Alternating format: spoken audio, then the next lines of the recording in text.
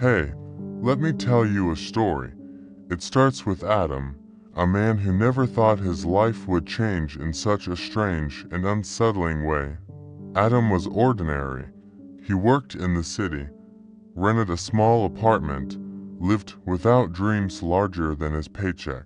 Mornings were coffee and silence. Nights were television and empty streets. Then one morning a letter arrived. It was formal, sealed, heavy with the smell of dust and time. Inside, Adam read that his uncle had died, a man he barely remembered, a shadow from family arguments, a name whispered once or twice. Now this uncle had left him a house, not money, not land, but a wooden house on the edge of nowhere, far from the city, hidden near the forest where nobody walked anymore. At first Adam thought it was luck. Who refuses a house, even if old and broken? In his mind, he saw a quiet place, maybe a chance to reset his life. He had debts, memories of a failed relationship, a job that felt like a slow death. Maybe this house would be an escape. Maybe he could fix it, maybe sell it, maybe just rest. So he packed a bag, got into his car, and drove. Hours passed. The road grew narrow. Signs disappeared. Trees pressed close like a wall, until finally, the forest opened and a house appeared. Graywood leaning with age, tall grass covering the porch, windows so dark and layered with grime that nothing could be seen inside. In the nearby village, Adam stopped for gas. He mentioned the house, and the people fell silent. An old man muttered that it should have burned long ago. Another turned away without a word. The cashier stared at him like he was already lost. Adam told himself they were only superstitious, country people with too much time. But unease settled in his chest and refused to leave. He unlocked the front door with the key from the envelope. The hinges groaned like something waking. The smell hit him at once. Dust and mold and something sharper. Sour like rust. The furniture was under sheets. The wallpaper peeled in long strips. In one room, scratches dragged down the plaster. Long vertical marks as if someone had clawed to escape. Upstairs the bedrooms were hollow, air heavy with silence, but at the bottom of the staircase a door waited. Steel and chained, heavy and wrong inside such a fragile house. The lock was massive, too massive, as if built to keep not only people out, but something inside. Adam stared at it too long, his chest tight, his palms damp. That first night he unrolled his sleeping bag upstairs. He lay awake listening. The house shifted and creaked, floorboards cracking like whispers, wind scraping the shutters, and below all of it a faint hum, a vibration deep in the walls. In the middle of the night Adam thought he heard metal touching metal. He froze, heart pounding. The sound stopped. When he went down in the morning, the chain on the basement door looked slightly different, looser, but he told himself it was only his imagination. He explored the property. There was a shed with rusted tools, a well long dried up. Weeds swallowed what had once been a garden. Inside the house he opened drawers, cabinets. In a desk he found papers and receipts, and then a wooden box. Inside were notebooks, filled with tiny handwriting, precise, cold, unemotional. At first he struggled to read, but slowly he realized they were experiments, detailed procedures, lists of subjects. Adam's breath caught in his throat. The words described how his uncle had invited people, under false pretenses, how he sedated them, strapped them down, observed their reactions, cut and opened and wrote about it all.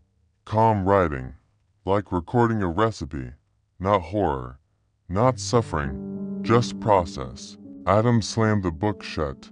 Bile rising, that night he could not sleep.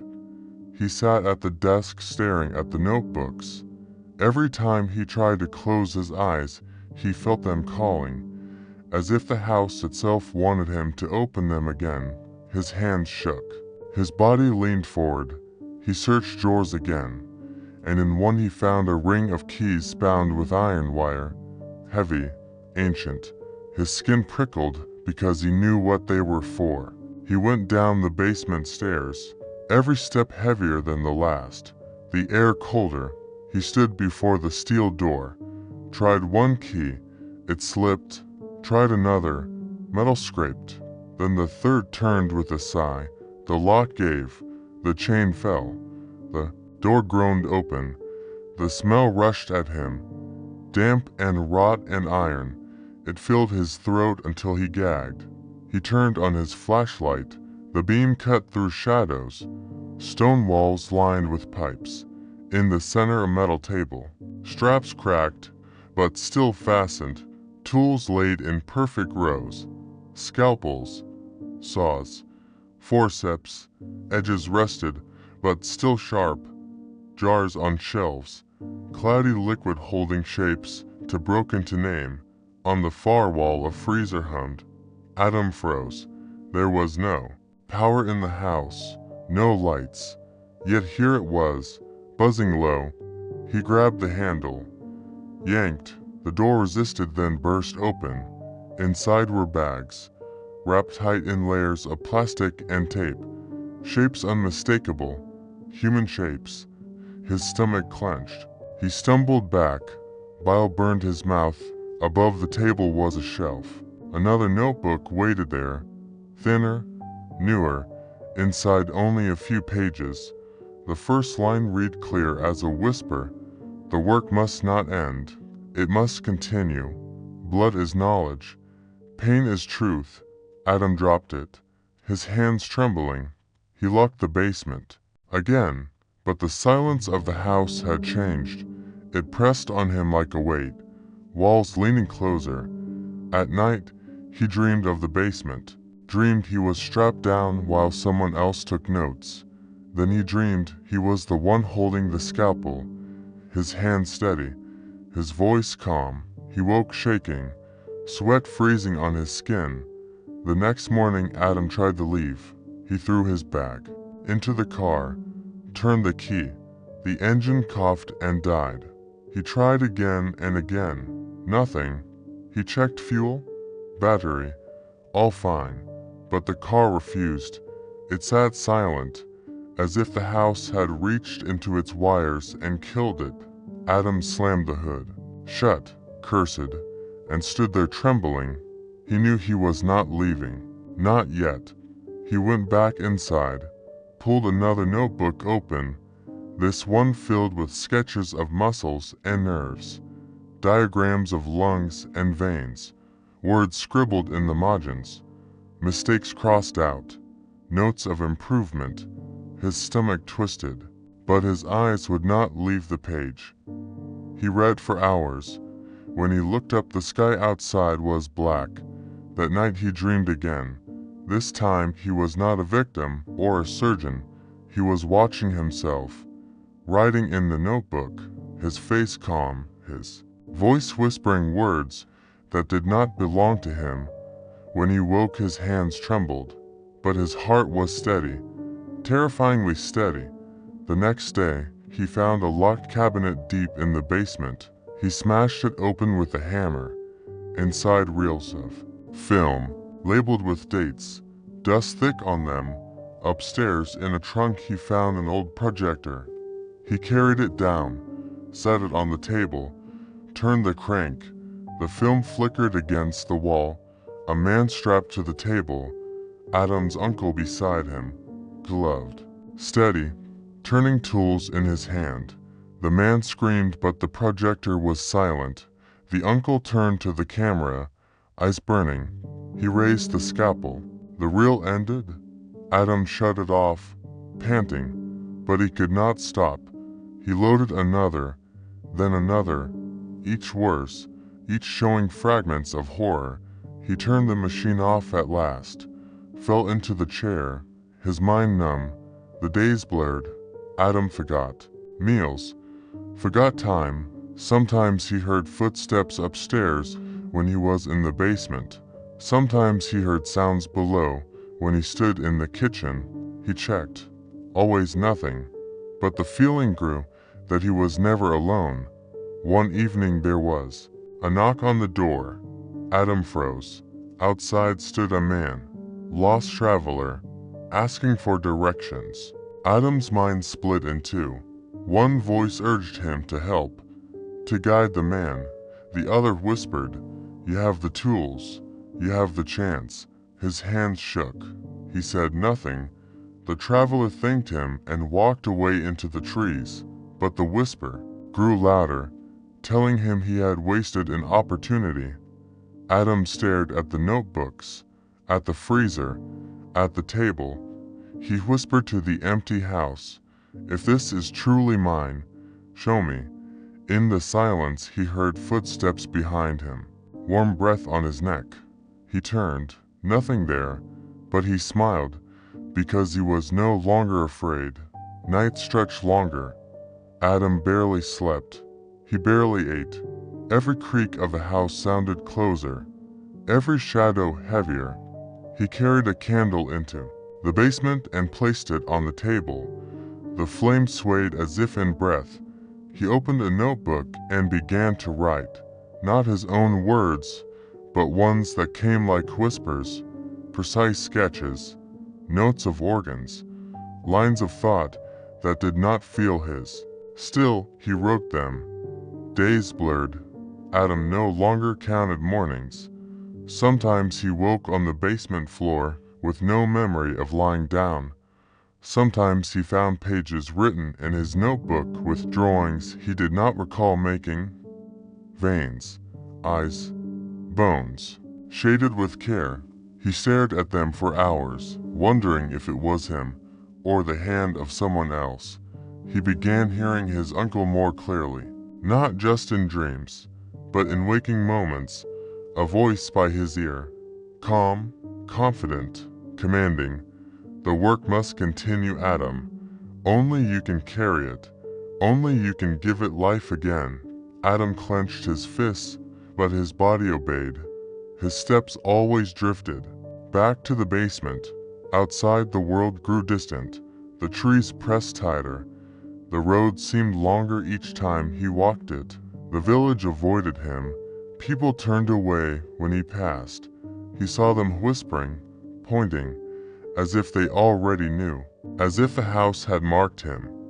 One evening a neighbor approached, a woman older, lined with years. She stopped at the gate and called his name. She told him his uncle had taken people, that screams had carried on the wind. She warned him to leave, her voice trembling. Adam stared at her too long, then nodded.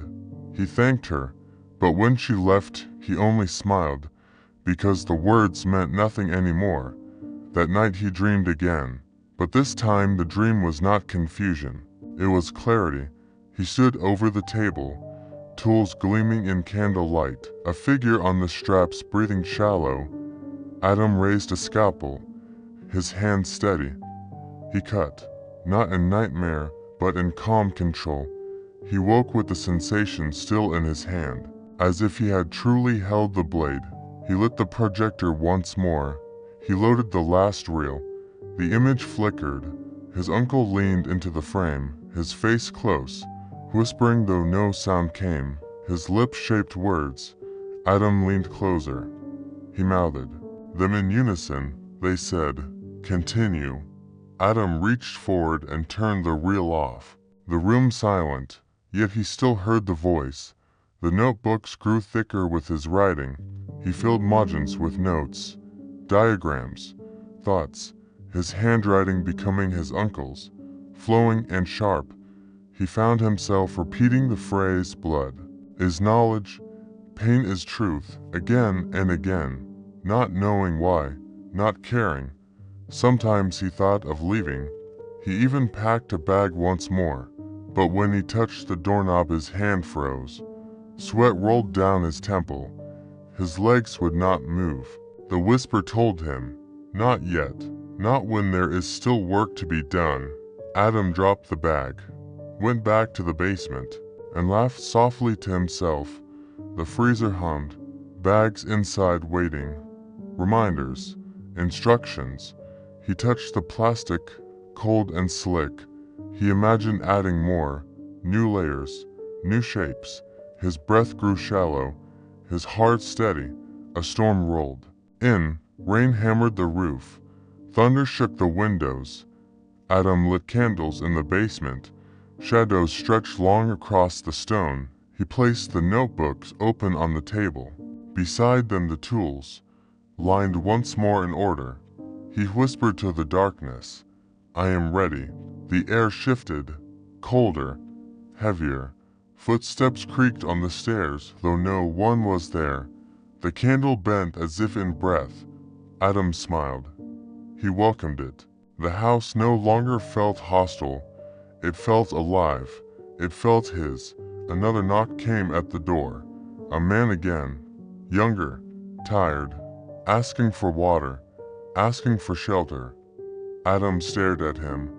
Silence between them stretched too long. Then Adam stepped aside, invited him in. The traveler sat, thanked him, drank, his eyes heavy, soon closing. Adam's heart did not race.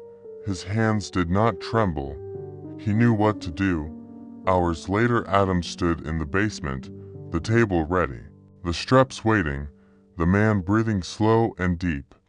Unconscious, Adam placed his hand on the scalpel, the metal cold, his reflection warped on the blade. He whispered, "Only through blood, only through truth." He raised it. The candle flickered. Shadows danced. Footsteps echoed though none belonged to him. A breath warmed his neck. He smiled. He cut, not shaking, not afraid. From that night the house was never silent. It hummed with energy. Whispers followed Adam through every room. In the mirror, he thought he saw his uncle, his eyes shining, watching, approving. Adam laughed softly at the sight, because he no longer cared if it was real. Weeks passed. Adam no longer left the house. The village spoke of lights burning at night, of shadows moving past windows, of sounds that did not belong to living people, but no one came close. No one dared. Adam filled notebooks, page after page, his handwriting identical now to his uncle's, his mind calm, his purpose clear. He no longer fought it. He no longer questioned. One night he sat upstairs at the desk, the candle burning low, the final notebook open. He wrote one last sentence, his voice steady as he whispered it aloud. "The inheritance is mine now. The work will never end." The flame trembled. The screen fades to black. If you want more stories like this, don't forget to subscribe.